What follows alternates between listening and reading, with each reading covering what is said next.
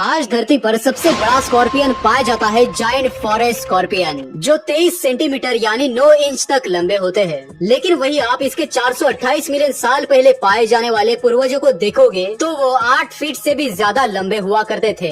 ये है उस समय के सी स्कॉर्पियन, जो कि डायनासोर से भी कई कई मिलियन साल पहले पाए जाते थे।